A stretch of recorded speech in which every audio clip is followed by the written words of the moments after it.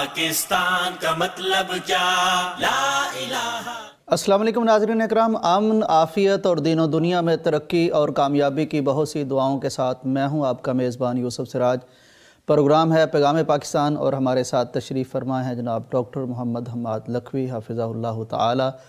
مفسر قرآن ہیں، معلم ہیں اور یونیورسٹی میں تعلیم کا بہت وسیع تجربہ ہے، اور اس پروگرام کا مستقل حصہ ہیں ہمارے اینالسٹ اور پینلسٹ ہیں۔ ڈاکٹر صاحب آپ کو پروگرام میں خوش آمدید۔ ڈاکٹر صاحب، آج کے پروگرام کی پہلی خبر وہ دنیا کی سب سے بڑی خبر ہے۔ لاس اینجلس میں جو گزشتہ کئی دنوں سے آگ لگی ہے اور ابھی تک اس کے بجھنے کے کوئی امکانات پیدا نہیں ہو رہے، بلکہ ہوائیں مزید تیز ہو رہی ہیں۔ اب تک 40,000 ایکڑ یعنی 160 مربع کلومیٹر تک یہ آگ پھیل چکی ہے۔ 12,000 سے زائد عمارتیں خاکستر ہو چکی ہیں۔ کوئی $350 ارب کا نقصان کا تخمینہ لگایا گیا ہے۔ 3500 سے زائد فائر فائٹرز اس پر قابو پانے کی کوشش کر رہے ہیں۔ بڑے اعلیٰ قسم کے ایسے طیارے بھی استعمال ہو رہے ہیں، جن میں سے ایک طیارہ کینیڈا سے آیا ہے، وہ 12 سیکنڈ میں 6,000 لیٹر پانی بھر کے سمندر سے پھینک سکتا ہے۔ لیکن اس کے باوجود ڈاکٹر صاحب وہ ابھی تک آگ بجھنے کی کوئی امید یا امکان پیدا نہیں ہوا، بلکہ باتیں اب اس طرح ہو رہی ہیں مختلف یعنی آفیشل کی طرف سے۔ کوئی کہتا ہے کہ یوں لگتا ہے کہ ہم پر ایٹمی حملہ ہو گیا ہے، کوئی کہتا ہے کہ اتنا نقصان تو ایٹمی حملے میں بھی نہیں ہوتا، اور وہاں کے فائر فائٹرز کا جو ہیڈ ہے اس کا بیان بھی خبروں کی زینت بن چکا ہے کہ اب قدرت کو ہم پر رحم آئے تو آئے، اب ہم تو بے بس ہو چکے ہیں۔ ڈاکٹر صاحب، یہ آپ سے خاص طور پر جاننا ہے کہ اس سارے تناظر میں ایک تو خیر غزہ پر جو سلسلہ جاری رہا فرسٹ ورلڈ کی طرف سے، جس طرح امداد جاری رہی ظالموں کی، اس پر مسلمانوں کو تو بڑا ایک خوشی کے جیسچر سوشل میڈیا پر میں دیکھتا ہوں کہ ظالموں پر یہ گرفت ہوئی ہے تو اچھا ہوا ہے، تاکہ انہیں پتہ چلے کہ بے گھری کا عذاب کیسا ہوتا ہے، بے دری کے درد کیسے ہوتے ہیں، اور جب کوئی گھروں سے بے گھر ہوتے ہیں تو ان کی کیفیت کیا ہوتی ہے۔ تو دوسرا ڈاکٹر صاحب، آپ سے یہ جاننا ہے کہ یہ بھی کہا جا رہا ہے کہ یہ اللہ کا عذاب ہے، تو اگر اللہ کا عذاب کسی قوم پر آتا ہے تو پھر اس کی تو مدد نہیں کرنی چاہیے، جبکہ ایکنا جو مسلمانوں کی سب سے بڑی تنظیم ہے امریکہ میں، تمام یعنی ممالک پر مشتمل اس میں افراد ہیں، تو اس نے بھی اپنی سروسز وہاں شروع کر دی ہیں۔ آپ اس سارے معاملے کو کس تناظر میں دیکھتے ہیں؟ بسم اللہ الرحمن الرحیم۔ دیکھیں، اس کے سارے ہی پہلو اپنے اپنی جگہ پہ ویلڈ ہو سکتے ہیں، اور جو آپ نے کہا کہ اس کو غزہ کے ساتھ اگر جوڑا جائے تو دیکھیں اس میں تو جو صدر ہیں امریکہ کے، ان کا جو بیان ہے، بالکل انہوں نے یہ جو آگ لگنے سے بس 1-2 دن پہلے ہی شاید وہ بیان دیا تھا جی کہ ہم مشرق وسطیٰ کو جہنم بنا دیں گے۔ انہوں نے کہا تھا کہ یرغمالی اگر واپس نہیں کرتے تو ہم مشرق وسطیٰ کو جہنم بنا دیں گے۔ تو اب دیکھیں، ایک اللہ کی ذات اوپر موجود ہے، وہ چیزوں کو دیکھ رہی ہے، سن رہی ہے، اور یہ کہنا کہ دیکھیں جب انہوں نے اسامہ بن لادن والا معاملہ ہوا تھا تو اس وقت بھی اس طرح کے بولے گئے تھے۔ مثلا اس وقت کی جو وزیر خارجہ تھی، اس نے یہ کہا تھا کہ ثابت ہو گیا ہے کہ امریکہ جہاں چاہے جو چاہے کر سکتا ہے۔ بہت بڑا بول ہے یہ تو ان اللہ علی کل شیء قدیر کا مقابلہ ہے، بالکل چیلنج ہے، بلکہ چیلنج ہے، اس کو چیلنج کرنا ہے کہ ہم کہتے ہیں کہ ان اللہ علی کل شیء قدیر، یہ قرآن کہتا ہے، ہم کیا کہتے ہیں، اللہ کا قرآن کہتا ہے۔ تو جب اس کے مقابلے میں یہ کہا جائے کہ ہم جہاں چاہے جو چاہے کر سکتے ہیں، تو اس کا مطلب یہ ہے کہ یہ اللہ تعالیٰ کی قدرت کو چیلنج کیا گیا ہے۔ اسی طرح دیکھیں، جہنم ایک اللہ تعالیٰ کے عذاب کا استعارہ ہے، اور وہ جب بھی آپ جہنم کا نام لیتے ہیں، اور اللہ تعالیٰ نے قرآن میں جہاں کہیں جہنم کا ذکر کیا ہے تو وہ اپنے دشمنوں، اپنے اور اپنے نبی کے دشمنوں کو ایک عذاب کا ڈراوا دینے کے لیے جہنم کا ذکر کیا ہے۔ لہٰذا جب کوئی شخص یعنی امریکی صدر اگر اس کو جہنم کا لفظ استعمال کرتا ہے تو یہ ونس اگین اللہ تعالیٰ کے اس عذاب کے انذار کو چیلنج کرنے کی ایک بات ہے۔ تو اب اس کے مقابلے میں پھر اب اللہ تعالیٰ کی قدرت، اور اللہ تعالیٰ اوپر بیٹھا ہے اور وہ مہلت بھی دیتا ہے، اور وہ بعض اوقات فوراً پکڑ بھی کر لیتا ہے، اور کبھی جو زمین والوں کو مہلت دیتا رہتا ہے، لیکن بعض اوقات صرف مواخذہ کرتا ہے اس حد تک کہ تاکہ لوگ جو ہیں وہ واپس آ جائیں، لوگوں کو تنبیہ کرتا ہے، اور یہ تنبیہ کا ایک انداز ہو سکتا ہے۔ لہٰذا جب آپ عذاب کی بات کرتے ہیں تو کسی قوم پر عذاب اس وقت آتا ہے جب اس قوم میں سے اللہ کو ماننے والے سارے نکل چکے ہوتے ہیں، اللہ کے رسول وہاں سے چلے جاتے ہیں، اور وہ پیچھے جو لوگ اہل ایمان بھی چلے جاتے ہیں، اور پیچھے جو لوگ رہ جاتے ہیں وہی رہ جاتے ہیں جو عذاب والے ہوتے ہیں۔ ایسا نہیں ہوتا کہ جو اہل ایمان بھی وہاں پہ موجود ہوں اور سب کے اوپر عذاب اللہ تعالیٰ کا آ جائے۔ بعض اوقات ایسا ہوتا تو ہے کہ جیسے نبی اکرم صلی اللہ علیہ وسلم کا فرمان ہے، بخاری شریف کی حدیث ہے کہ جب کسی قوم پر عذاب آتا ہے تو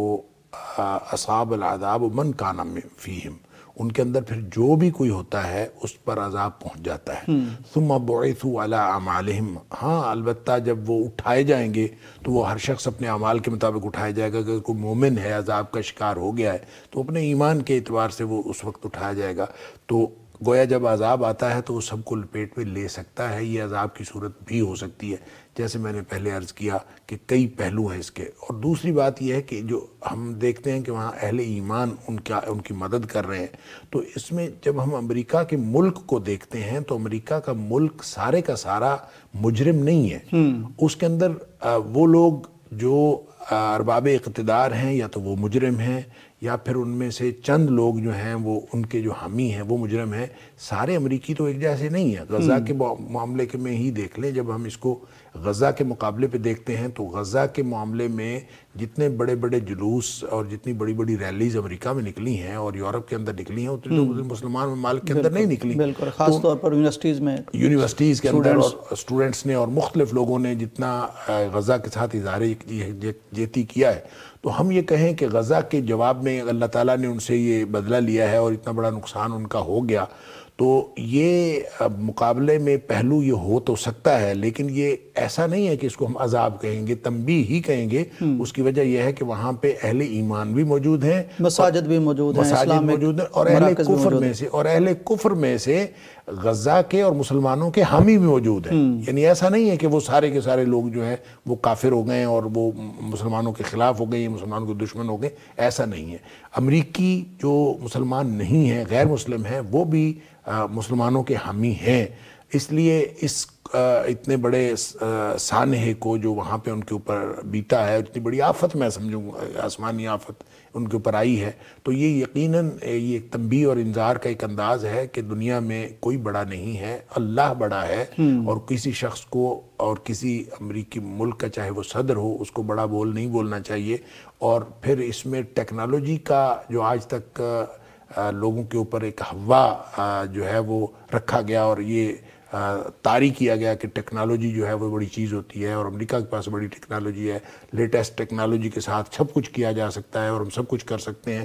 ٹیکنالوجی کی جو اوقات ہے وہ بھی لوگوں کے سامنے آ گئی کہ اس کے پاس بھی کچھ نہیں ہے۔ بہترین اور جدید ترین ٹیکنالوجی ہونے کے باوجود آگ بجھ نہیں رہی، اور آگ لگی بھی کیسے ہے اور کس طرح سے، ابھی تک یہ بھی پتہ نہیں چلا آگ کیسے لگی۔ نہیں، دیکھیں یہ تو نہیں پتہ کیا جا سکا کہ اس طرح اب اس دفعہ آگ کیسے بھڑکی ہے، لیکن وہاں کے جو حالات ہیں موسمی، وہاں کے میئر کہہ چکے ہیں لاس اینجلس کے کہ یہ تو اب موسم کے جو حالات ہیں اور جو جس طرح کا سسٹم ہے، کسی بھی موسم میں کبھی بھی آگ لگ سکتی ہے۔ کلائمیٹ چینج کا عنصر بہت آیا ہے، کلائمیٹ چینج کا عنصر یہ آ گیا ہے، اور وہاں کسی بھی وقت جب آگ لگ سکتی ہے اور آگ لگنے کے امکانات کسی بھی وقت موجود ہیں، تو یہ آگ لگنا تو کوئی ایسا اچنبے کی بات نہیں ہے، لیکن آگ لگنے کے بعد اس قدر تیزی سے پھیل جانا اور پھر وہ اب تک کئی دن گزر جانے کے باوجود قابو میں نہ آنا، یہ ایک اچنبے کی بات ہے۔ اور اس پر میں یہ سمجھتا ہوں کہ امریکیوں کو، چاہے وہ امریکی مسلمان ہیں اور چاہے امریکی غیر مسلم ہیں، سب کو اللہ کے آگے جھکنا چاہیے اور ان کو اللہ کے سامنے دیکھیں۔ انہوں نے کہا جی اب قدرت ہی ہمارے اوپر رحم کرے تو کرے، تو قدرت کیا ہے؟ قدرت اصل میں اللہ کی ذات ہے، تو اللہ کی ذات کے سامنے یہ بہت بڑا موقع ہے کہ غیر مسلم بھی اللہ کے سامنے جھک جائیں اور اس اللہ کے سامنے آہوزاری کریں اور گریہ زاری کریں جس اللہ نے آپ کو یہ طاقت دی تھی، اور وہ طاقتیں ساری کی ساری اس کے سامنے وہ ایک آفت آئی ہے کہ چھوٹی سی اس کے سامنے ڈھیر ہو گئی ہیں۔ اب اگر اللہ کے سامنے یہ عاجزی کریں گے تو یہ موقع ہے کہ یہ ایک تو ان کا یہ دنیاوی عذاب، یہ جو عذاب کسی کیفیت بن گئی ہے، اس سے بھی نجات مل سکتی ہے اور اخروی عذابوں سے بھی نجات مل سکتی ہے۔ اور ہم اس پروگرام کے ذریعے سے اگر ہماری آواز امریکہ تک پہنچے اور امریکی شہریوں تک پہنچے تو ہم ان کو یہی مشورہ دیں گے کہ چاہے وہ مسلمان ہیں اور چاہے وہ غیر مسلم ہیں، سب اللہ کے سامنے عاجزی کا اظہار کریں اور اللہ تعالیٰ ان کے اوپر یہ عذاب ٹال دے اور یہ جو ایک یعنی آفت ان کے اوپر آئی ہے یہ ختم ہو جائے، اور یہ عاجزی جو ہے ان کے لیے دنیا اور آخرت دونوں کے لیے ایک کامیابی اور حفاظت کا سبب بن جائے گی۔ بالکل صحیح۔ ناظرین اکرام، یہ انذار ہے، یہ تنبیہ ہے۔ انسان جب اپنے جامے سے باہر نکلتا ہے، تکبر کی باتیں کرتا ہے، ایسے جملے بولتا ہے جو حق تعالیٰ کے ہی شایان شان ہیں، تو پھر ان کو تھوڑا سا بتایا ضرور جاتا ہے کہ تم اپنی اوقات میں رہو، ہر چیز پر قادر اللہ ہے اور تمہاری ٹیکنالوجی یا کوئی بھی چیز وہ اس سے آگے نہیں بڑھ سکتی۔ یہ ایک بہت بڑا اظہار اس چیز کا ہے۔ اللہ کرے کہ اس سے ہم اس کو انذار اور تنبیہ کی صورت میں لیں۔ اور ڈاکٹر صاحب نے بہت خوبصورت جملہ ارشاد فرمایا کہ یہ صرف امریکیوں کے لیے نہیں ہے کہ ہم بغلے بجاتے رہیں، یہ قدرت کی بہت بڑی نشانی ہم سب کے لیے ہے۔ ہم سب کو اپنے گریبان میں جھانکنا چاہیے اور اس موقع سے عاجزی کشید کرنی چاہیے۔ بریک کا وقت ہے، واپس آتے ہیں۔ ناظرین ویلکم بیک ٹو پیغام پاکستان۔ ناظرین، ہم جب موجود ہیں یہاں سیٹ پر، ڈاکٹر صاحب ہمارے ساتھ موجود ہیں، تو ایک صدمہ جو لکھوی خاندان کو اور ان سے وابستہ تمام اہل دین کو بھگتنا پڑا، سہنا پڑا، میں بھی ان میں شامل ہوں۔ تو ڈاکٹر صاحب کی ہمشیرہ محترمہ پچھلے دنوں اللہ کے حضور چلی گئیں، تو اللہ تعالیٰ ان کے درجات بھی بلند کرے اور اللہ تعالیٰ لواحقین کو صبر جمیل عطا فرمائے۔ ڈاکٹر صاحب، میں آپ سے بھی تعزیت کرتا ہوں، ناظرین کی طرف سے بھی تعزیت کرتا ہوں، اور تھوڑے سے ہمیں احوال بھی بتائیے کہ کس طرح کا یہ معاملہ پیش آ گیا۔ اللہ تعالیٰ انا للہ و انا الیہ راجعون۔ دیکھیں، سب نے جانا ہے، بے شک، ہر ایک کی باری اپنی آنے کی ترتیب ہے، جانے کی ترتیب کوئی نہیں ہے۔ اکبر، کوئی شک نہیں۔ تو ہمارے بہن بھائیوں میں سے تقریباً درمیان میں سے یہ میرے سے 3 سال بڑی تھیں، ٹھیک، تو ان کو اللہ تعالیٰ نے بلا لیا ہے۔ تو بیمار تھیں کو 5-7 مہینے سے، اچھا، لیکن ان کو کوئی ایسی بیماری بہرحال نہیں تھی کہ ہم سوچیں کہ وہ اللہ کے حضور چلی جائیں گی۔ تو آخری دنوں میں بہرحال ان کی بیماری شدت اختیار کر گئی، اور بالکل آخری دن تو بچے بتاتے ہیں کہ ہم نے آخری رات ساری رات جاگ کے گزاری، بہت تکلیف میں تھی، اور اللہ تعالیٰ نے اپنے ہاں بلا لیا۔ اللہ تعالیٰ ان کی مغفرت فرمائے، اللہم اغفر لہا وارحمہا وارفع درجاتہا فی المہدیین واخلفہا فی عقبہا فی الغابرین واغفر لنا ولہا یا رب العالمین، آمین، وافسح لها في قبرها ونور لها في اللهم اجعل قبرها روضة من رياض الجنہ۔ بس اصل مسئلہ یہ ہے کہ ہم سب کو اپنی موت کی تیاری کرنی چاہیے۔ نبی اکرم صلی اللہ علیہ وسلم کا فرمان کفا بالموت وعیدا، بالکل کہ نصیحت کے لیے موت کافی ہے۔ ہم دیکھتے ہیں نصیحت نہیں پکڑتے، اگر ہم نصیحت پکڑتے ہوں تو پھر اس کا مطلب تو یہ ہے کہ ہمیں فوری طور پر اپنی موت کی تیاری شروع کر دینی چاہیے۔ ہم بس یہ سمجھتے ہیں دوسرے نے جانا تھا وہ چلا گیا، ہم صرف جنازہ پڑھنا ہے، واپس آ جانا ہے، یا چار پائیوں پہ کوئی اور ہی جائیں گے۔ موت اپنے اوپر طاری ہونے کی کیفیت ہم اس کو بنا ہی نہیں سکتے، ہمیں سمجھ ہی نہیں آتی کہ ہم نے بھی مرنا ہے، بالکل صحیح، اور ہو سکتا ہے اگلا لمحہ ہماری موت کا لمحہ ہو۔ تو بس یہ موتیں جو ہیں یہ یاد دہانیاں ہیں ہم سب کے لیے، یاد دہانیاں ہم سب کے لیے، اور ہم سب کو تیاری رکھنی چاہیے۔ اللہ تعالیٰ ہم سب کو جنت الفردوس کے اندر اکٹھا فرمائے، ہماری دنیا بھی اچھی کرے، ایمان والی موت ہم سب کو اللہ تعالیٰ نصیب فرمائے، اور اللہ تعالیٰ ہماری آخرت بھی اچھی کرے اور ہم سب کو جنت الفردوس کے اندر آمین، آمین۔ اللہ تعالیٰ محترمہ آپ کی ہمشیرہ صاحبہ جی اور تمام جتنے بھی ناظرین کے عزیز رشتہ دار دوست احباب فوت ہوں گے، اللہ تعالیٰ ان سب کی مغفرت فرمائے، اللہ تعالیٰ سب کے درجات بلند فرمائے۔ ڈاکٹر صاحب، یہ موت کی یاد دہانیاں اور اس کے بعد دنیا کے کاموں میں لگ جانا، یہی معاملات ہیں۔ تو اگلی خبر ہے کہ بڑے عرصے کے بعد PIA کی ہم پرواز پیرس پہنچی ہے اور واپس بھی آئی ہے۔ یہ 4-4.5 سال کا شاید عرصہ ایک تعطل کا معاملہ رہا، تو اللہ کا شکر ہے کہ یہ سلسلہ پھر سے شروع ہوا، اور پاکستان پر جو ایک قسم کا بین تھا یا عدم اعتماد تھا اس کے پائلٹس پر اور اس کے جہازوں کے حوالے سے، تو خیر نہیں تھا، لیکن چلیں وہ سلسلہ شروع ہوا۔ ڈاکٹر صاحب، ایک تو چلیں یہ اچھی بات ہے، لیکن اس حوالے سے ایک گرافک جو شیئر کیا گیا PIA کی طرف سے، وہ بہت زیادہ توجہ کا مرکز بن گیا لوگوں کا، اور اس پر میمز بھی بنی، ایون اس پر کئی انٹرنیشنل اداروں نے سٹوریز بھی اب کر دی ہیں۔ وہ کیا ہے؟ انہوں نے ڈاکٹر صاحب ایک گرافک اس طرح بنایا کہ آگے ایفل ٹاور ہے اور جہاز بالکل جیسے اس میں لگنے والا ہے، تو یہ کہنے لگے کہ ہمیں تو 9/11 کی یاد آ گئی ہے کہ یہ وہ تھا بھی کہ پیرس ہم آ رہے ہیں۔ تو انہوں نے کہا کہ یہ کوئی خوشخبری ہے یا دھمکی ہے، یہ کیا ہے؟ تو اس پہ بھی بڑی بات ہوئی۔ لیکن ایک اور دلچسپ پہلو ڈاکٹر صاحب، جس میں کئی سبق کے پہلو بھی ہیں، ایک گرافک ڈیزائنر نے یہ کیا کہ چونکہ لوگوں نے بڑی ساری میمز بنائی کہ یہ گرافک ڈیزائنر اسے فارغ کرنا چاہیے، کوئی کام کا بندہ لایا جائے، اس نے PIA کی طرف سے مذاق کرتے ہوئے ایک گرافک بنایا جس میں بتایا کہ 5 ٹائم کی روٹی ملے گی اور فلاں فلاں ملکوں میں اس کو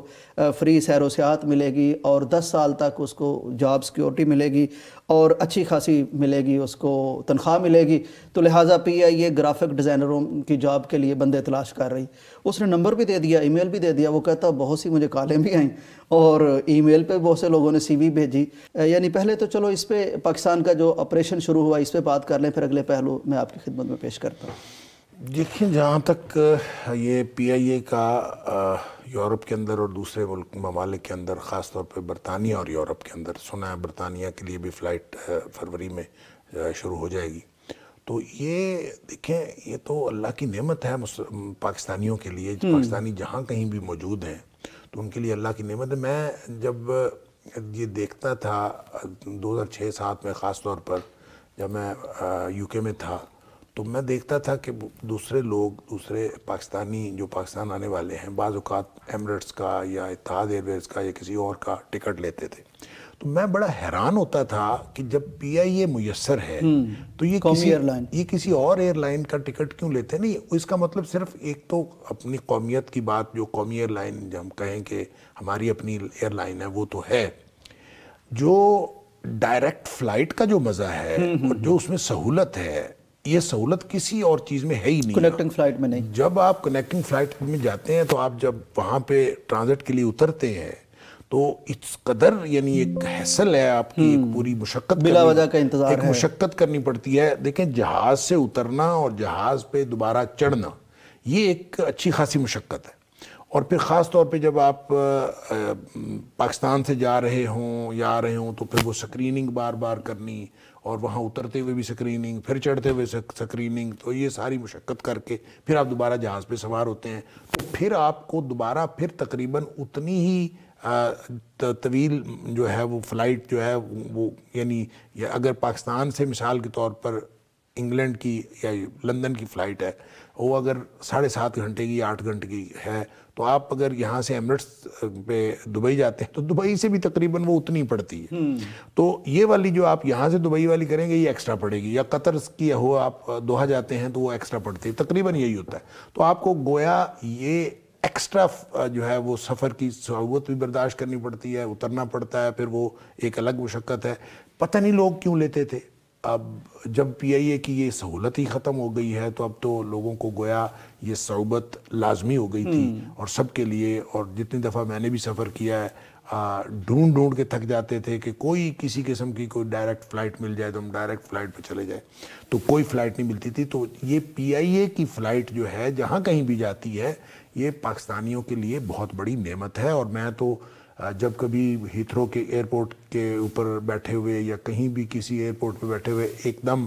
PIA کا گرین فلیگ والا جہاز نظر آتا تھا تو ایسے یقین کریں اس ماحول کے اندر ایسا اپنائیت کا احساس ہوتا تھا کہ یہ اللہ تعالیٰ نے ہمارا اپنا جہاز آ گیا ہے اور اپنی ایئر لائن ہے، تو وہ ایک بڑا اپنائیت کا احساس، یعنی وہاں بیٹھے بیٹھے پاکستان نظر آ جاتا تھا۔ جب PIA کا جہاز نظر آیا تو ایسے لگتا تھا جیسے پاکستان نظر اور مانوسیت کی کیفیت۔ تو یہ اتنا عرصہ اس کے بند رہنے کے بعد اب اس نعمت کو یعنی یہ سمجھیں کہ دوبارہ، اور یہ اس کے معطل ہونے میں بھی جو اسباب ہیں اور بھی اسباب ہوں گے، لیکن ایک غیر ذمہ دار وزیر کا جو بیان تھا اور اس کا غیر ذمہ دار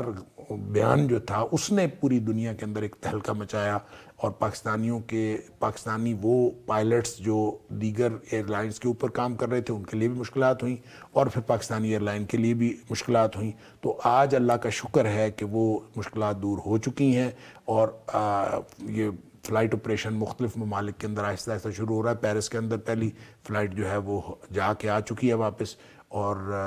انگلینڈ کے لیے بھی فلائٹس کا اعلان ہو چکا ہے، فروری میں آغاز ہو رہا ہے. تو میرے خیال میں یہ بہت بڑی نعمت ہے. یقین کریں جس ملک میں بھی آپ ہوں، اگر وہاں سے آپ کو پی آئی اے کی فلائٹ مل جائے اور ڈائریکٹ آپ پاکستان میں آ جائیں تو، یا یہاں سے جاتے وقت آپ کو ڈائریکٹ فلائٹ مل جائے تو یہ ایک اتنی بڑی نعمت ہے. اور دوسرا یہ کہ پی آئی اے کے کرائے جو ہے وہ دوسری ایئر لائن سے ہمیشہ کم ہوتے ہیں، اور پھر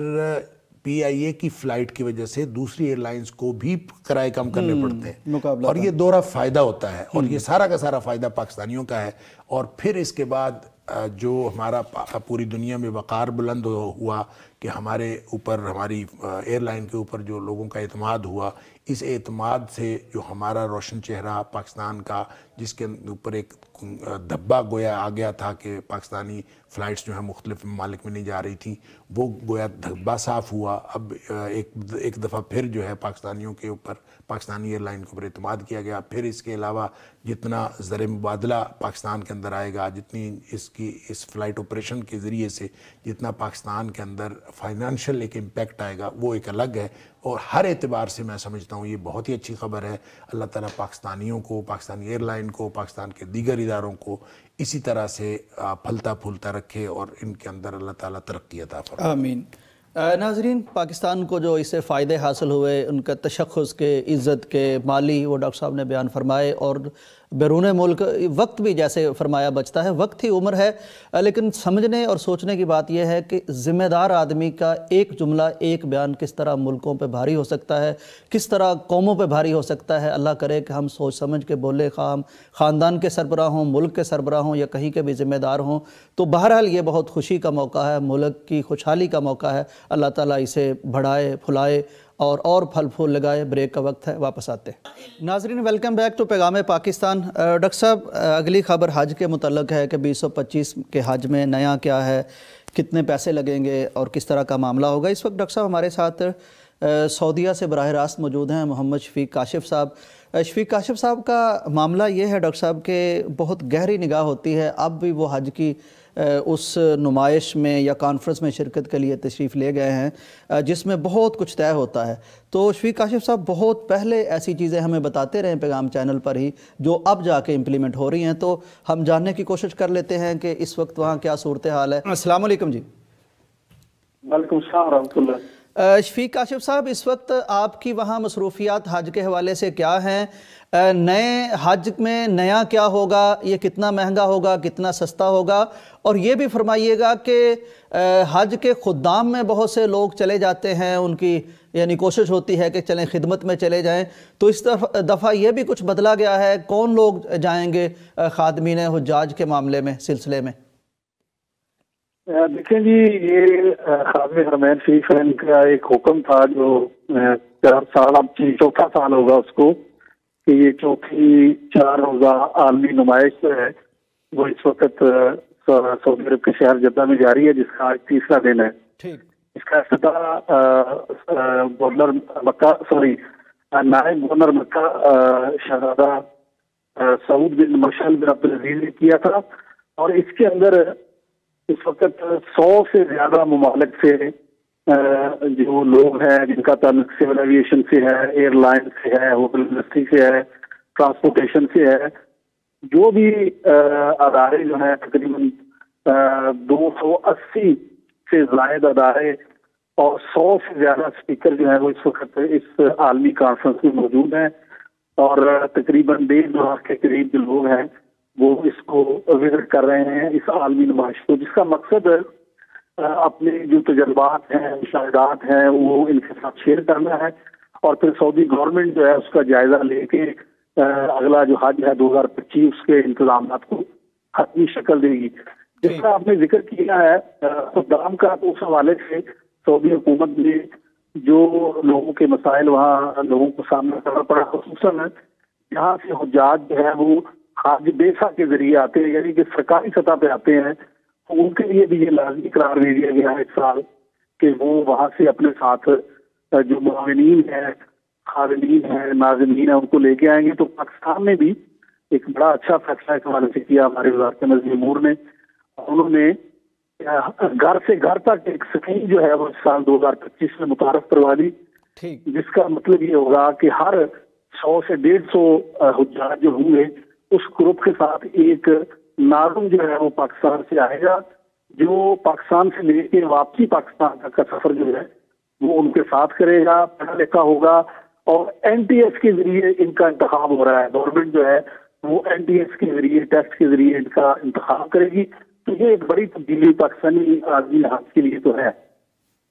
ٹھیک ہے، یعنی یہ پڑھے لکھے پروفیسر حضرات ہوں گے جو ٹیسٹ پاس کریں گے وہ جائیں گے، تو ظاہر ہے ان کے پاس علم، تعلیم اور تجربہ زیادہ ہوگا تو زیادہ بہتر خدمت سر انجام دے سکیں گے. جی معلومات ہوں گی، یہ پھر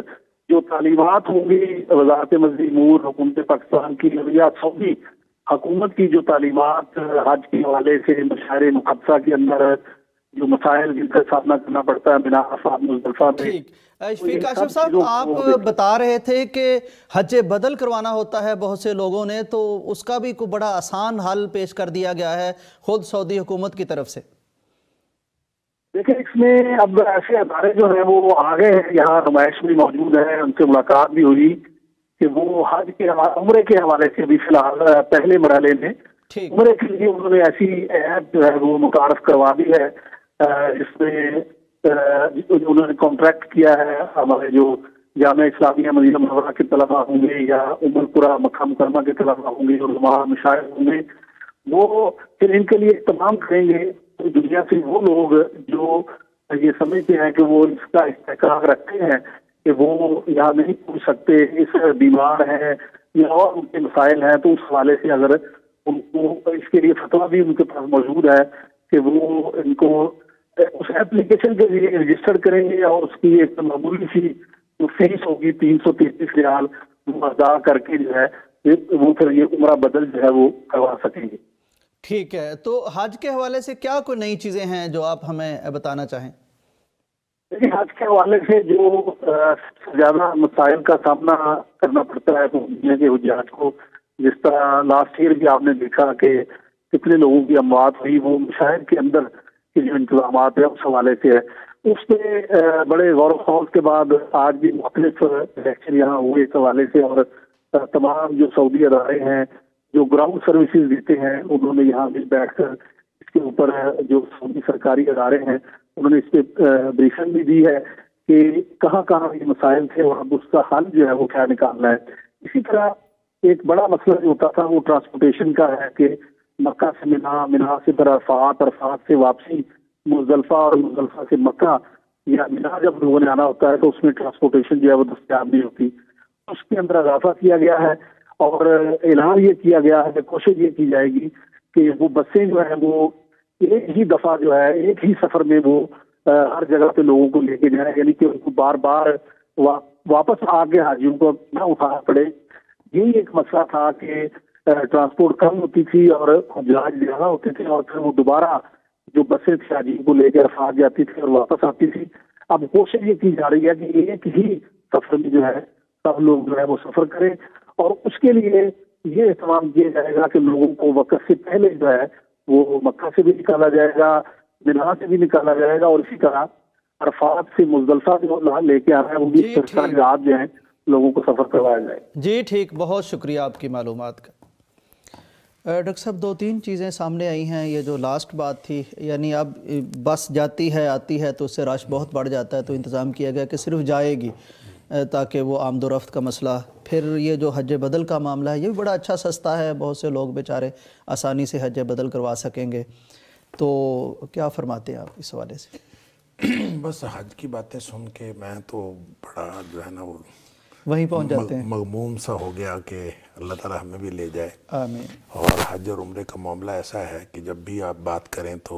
بس دل کرتا ہے کہ فوراً انسان وہاں پہنچ جائے. اللہ تعالیٰ ہم سب کو بار بار حج اور عمرے کی توفیق عطا فرمائے اور فرماتا رہے. آمین. تو دیکھیں اس میں بہرحال بہت اچھی چیزیں بتائی گئی ہیں. یہ جو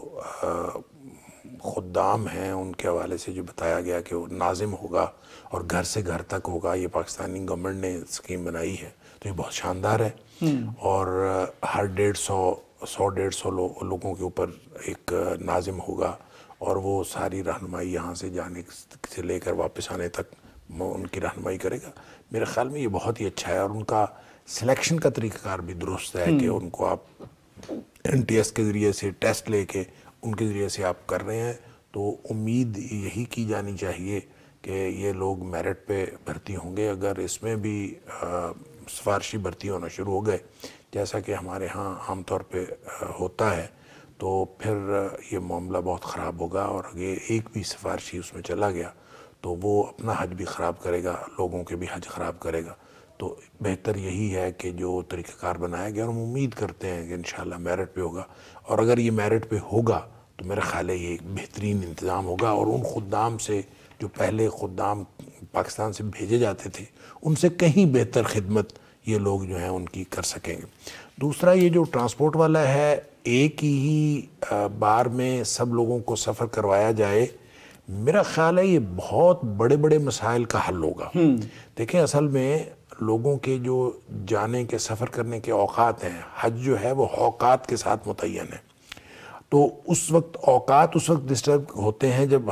ایک دفعہ بس جو ہے وہ سواریاں لے کے چلی جاتی ہے، پھر اس نے واپس آنا ہوتا ہے، وہ واپس آنے کے لیے اس کو سفر کو سڑکوں پہ جگہ ہی نہیں ملتی، وہ کئی گھنٹے لیٹ ہو جاتی ہے، اور یہ ادھر بیٹھے رہتے ہیں، اور اس طرح جو ہے وہ بہت دقت ہوتی ہے۔ اگر حجاج کو یکبارگی سارے حجاج کو، یعنی بسیں اتنی ہوں، جتنے مسافر ہیں اتنی ہی بسیں ہوں، اور اس اعتبار سے وہ ایک ہی دفعہ میں سب لوگوں کو سفر کروائیں، اور یہ اگر پلان کر لیا گیا ہے تو میرے خیال میں یہ بہت اچھا ہوگا۔ اس سے ٹریفک کے جو مسائل ہیں وہ بھی حل ہوں گے، اور حاجیوں کے مسائل بھی حل ہوں گے، لوگ جو ہیں وہ بر وقت ایک جگہ سے دوسری جگہ پہنچ سکیں گے۔ بالکل صحیح۔ ڈاکٹر صاحب، ایک فائنینشیل ٹائمز ایک میگزین ہے یورپ کا، اس نے دنیا کی سیاحت کے حوالے سے مختلف ملکوں کے اہم ترین مقامات یا قابل دید مقامات کی ایک فہرست شامل کی ہے۔ اس میں پاکستان کے گلگت اور بلتستان کو بھی شامل کیا ہے۔ انہوں نے کہا کہ آئندہ سال کے لیے اگر لوگ وزٹ کرنا چاہتے ہیں تو پاکستان کے ان شمالی علاقہ جات کو بھی انہیں یعنی دیکھنا چاہیے۔ انہوں نے تعریف کی ہے کہ یہاں کی یعنی قدرتی جو بیوٹی ہے، نیچرل بیوٹی ہے، وہ بڑی شاندار ہے، سیکیورٹی بہت شاندار ہے، یہاں کے لوگ بہت اچھے ہیں۔ تو یہ ایسے وقت میں پاکستان کو، یعنی جیسے ہم پہلے بات کر رہے تھے کہ ہمارے طیارے گئے ہیں تو ہمارا تشخص یا ہماری عزت افزائی ہوئی ہے، تو یہ بھی پاکستان کا ایک خطہ ایسا گنا جانا اور اس حوالے سے اس طرح کے الفاظ باہر سے آنا، یہ بھی ایک بڑی شاندار بات ہے۔ بالکل بڑی شاندار بات ہے، اور اس پہ خوش ہونا چاہیے، اور خوشی کی بات ہے کہ اللہ تعالیٰ نے ہمارے پورے ملک کو اللہ تعالیٰ نے خوبصورت بنایا۔ خاص طور پہ ہمارے جو شمالی علاقہ جات ہیں وہ انتہائی خوبصورت ہیں، اور اگر سارے ہی صرف GB نہیں، یعنی گلگت بلتستان نہیں، بلکہ اگر اس کے جو ہمارا خیبر پختونخوا ہے اس کے جو علاقہ جات ہیں ان کو بھی اگر شامل کر لیا جائے، ہماری وادی سوات کو، ہماری وادی سوات اور وادی کاغان ہے ان کو بھی شامل کر لیا جائے، تو یہ بہت ایک بڑا ہمارے لیے زر مبادلہ کا باعث ہو سکتا ہے کہ لوگ سیاح جو ہیں وہ اس سے دیکھیں۔ اسی طرح سے سیاحت جو ہے وہ پروموٹ ہوتی ہے کہ ایک فائنینشیل ٹائمز ہے، یا کیا آپ نے کہا فائنینشیل ٹائمز آپ نے کہا، انہوں نے ایک لسٹ جاری کی اور اس میں پاکستان کے علاقہ جات کو شامل کر لیا۔ اسی طرح اگر کوئی اور شامل کر لے گا، کوئی اور شامل کر لے گا، تو پروموشن اسی طرح سے ہوتی ہے، اور پاکستان کو یہ چاہیے کہ یہ خوشی کی بات ہے، اور اس پر میں نے عرض کیا خوش ہونا چاہیے، لیکن ساتھ ہی ساتھ یہ فکر مندی کا موقع بھی ہے کہ جو باقی علاقے ہیں پاکستان کے، جو سیر و سیاحت کے علاقے ہیں، لیکن ان کو اس میں شامل نہیں کیا گیا، تو وہاں جو سیکیورٹی کے ایشوز ہیں، وہاں جو صفائی وغیرہ کے ایشوز ہیں، وہاں جو بھی ایشوز ہیں سیاحوں کے لیے، وہ یا ان کی پروموشن ابھی اس طرح نہیں ہو سکتی، یا پروموشن نہیں ہوئی، یا وہاں پہ سیکیورٹی کا مسائل ہے، جو بھی مسائل ہیں، تو جو مسائل گلگت بلتستان میں حل کر لیے گئے ہیں وہ مسائل دیگر علاقوں کے اندر بھی حل کر لیے جانے چاہیے، تاکہ آئندہ پاکستان کے سارے علاقے اس میں شامل ہوں اور پاکستان میں سیاح آئیں، اور یہ بھی ایک ذریعہ بنے پاکستان کی خوشحالی کا۔ بالکل صحیح۔ ڈاکٹر صاحب، یہ خبر ہمیشہ بہت پریشان کرتی ہے کہ پنجاب میں یعنی خواتین کی وراثت کا جو معاملہ ہے، خبر اس طرح ہے کہ 2021 سے لے کر اب تک 7,000 سے زائد خواتین نے وراثتی جائیداد میں حصہ لینے کے لیے انتظامیہ سے رجوع کیا ہے، یعنی گھر میں ان کو دھتکار دیا گیا، ان کو نہیں دیا گیا، بات کی ہو گئی، مکالمے سے بات نہیں ہو سکی، تو انہیں انتظامیہ کے پاس آنا پڑا۔ ڈاکٹر صاحب، خبر یوں ہے کہ 4,000 خواتین کو حصہ ملا ہے، 3000 خواتین کی درخواستیں زیر التوا ہے، یعنی پنجاب بھر سے 7000 ایسے گھرانے ہیں جنہوں نے اپنی بیویوں کو، بچیوں کو، یا جن کا بھی بنتا تھا ان کو وہ جو قانونی اور شرعی حق تھا دینے سے انکار کیا، انہیں آنا پڑا۔ ڈاکٹر صاحب، ان میں سے 4000 خواتین کا تعلق صرف لاہور سے ہے۔ تو اب ڈاکٹر صاحب یعنی یہ اخلاقی طور پر، شرعی طور پر، قانونی طور پر یہ ان کا حق ہے، اور ان کا حق اگر ہم چھینتے ہیں تو یہ بہت برا ہے، اس کے باوجود اس طرح کے معاملات ہو رہے ہیں۔ دیکھیں، یہ جو وراثت کا حق ہے نا، یہ تو بہت تھوڑے فگرز ہیں جو یہاں دیے گئے ہیں۔ وراثت کا حق تو اگر پورے پاکستان کا سروے کریں تو مجھے نہیں پتا، واللہ عالم، ایک میں رف آئیڈیا کہوں گا 90% لوگ نہیں دیتے۔ یہ وہ ہیں جنہوں نے رابطہ کر لیا، اپروچ کر لیا۔ ان میں سے اکثر بہنیں جو ہیں بیچاری، وہ بھائیوں کے سامنے بولتی نہیں ہیں، اور وہ خاموشی سے بیٹھ جاتی ہیں ایک طرف ہو کے، اور وہ بالکل اس بات کا اظہار نہیں کرتی کہ ہمیں دیا جائے، اور مطالبہ بھی نہیں کرتی۔ پھر کچھ ایسی ہیں جو مطالبہ کرتی ہیں لیکن نہ ملنے پر خاموش ہو جاتی ہیں، اور یہ تو بہت ہی میں سمجھتا ہوں کہ کوئی بولڈ خواتین ہیں جنہوں نے یہ جرت کے ساتھ یہ مظاہرہ کیا، جرت کا، کہ انہوں نے جا کے عدالتوں سے رجوع کر لیا یا انتظامیہ سے رجوع کر لیا کہ ہمارا حصہ دلوایا جائے۔ دیکھیں، پاکستان کا جو وراثت کا قانون ہے وہ قانون بالکل درست ہے، عین شریعت کے مطابق ہے، اور جب کوئی شخص فوت ہوتا ہے تو اس کی جتنی بھی جائیداد ہوتی ہے، جو ڈکلیئرڈ جو منقولہ جائیداد ہوتی ہے، اس کو اس کے حصے جو بھی پٹواری متعلقہ ہوتا ہے وہ بالکل اسی طرح حصے کر دیتا ہے، یعنی جو اس کو لسٹ ملتی ہے اس کے وارثان کی، تو وہ اس کے تحت وہ پوری لسٹ وہ یعنی حصے کر دیتا ہے۔ اور وہ چونکہ قانون جو پاکستان کا قانون ہے یہ بھی شریعت کے قانون کے مطابق ہے، لہذا یوں کہہ لیجئے کہ وہ جو حصے بناتا ہے وہ شرعی حصے۔ اب مسئلہ اس کو دینے کا ہے، یعنی یہ حصے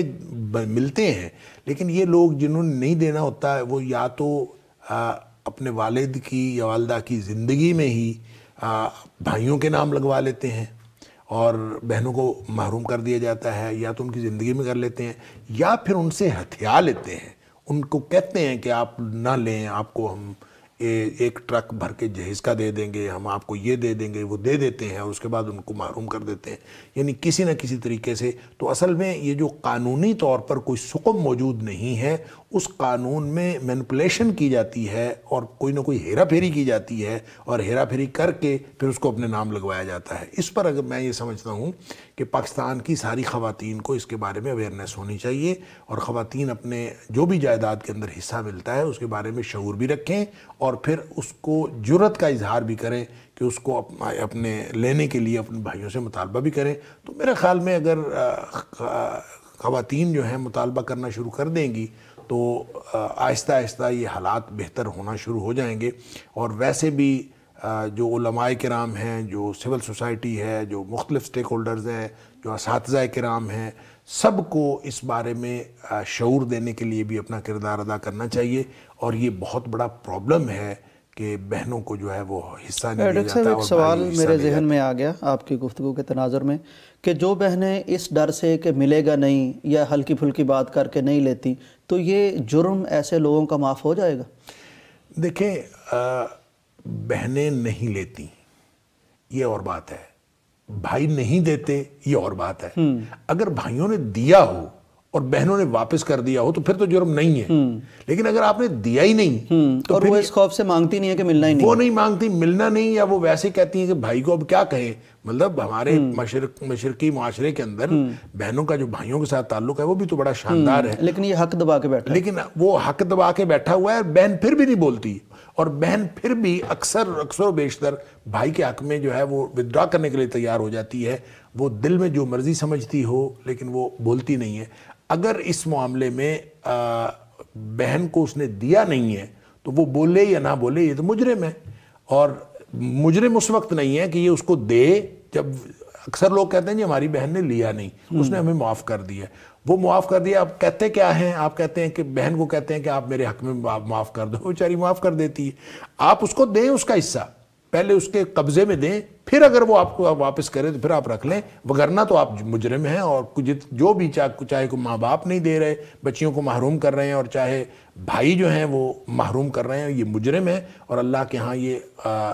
جواب دہ ہوں گے. دیکھیں ایک زمین کا اگر ایک ٹکڑا کوئی جو ہے کسی نے کسی کا دبایا، اللہ تعالیٰ معاف فرمائے، نبی کریم صلی اللہ علیہ وسلم فرمائے 7 زمینوں کا توق اس کے گلے میں ڈالا جائے. تو پھر یہ زمینوں کی بات ہو یا کوئی بھی جائیداد ہو، کسی بھی طرح کی آپ جب کسی کی اٹھاتے ہیں، اور خاص طور پہ بہنوں کی یہ جو نازک آبگینے ہیں اور ان کی آپ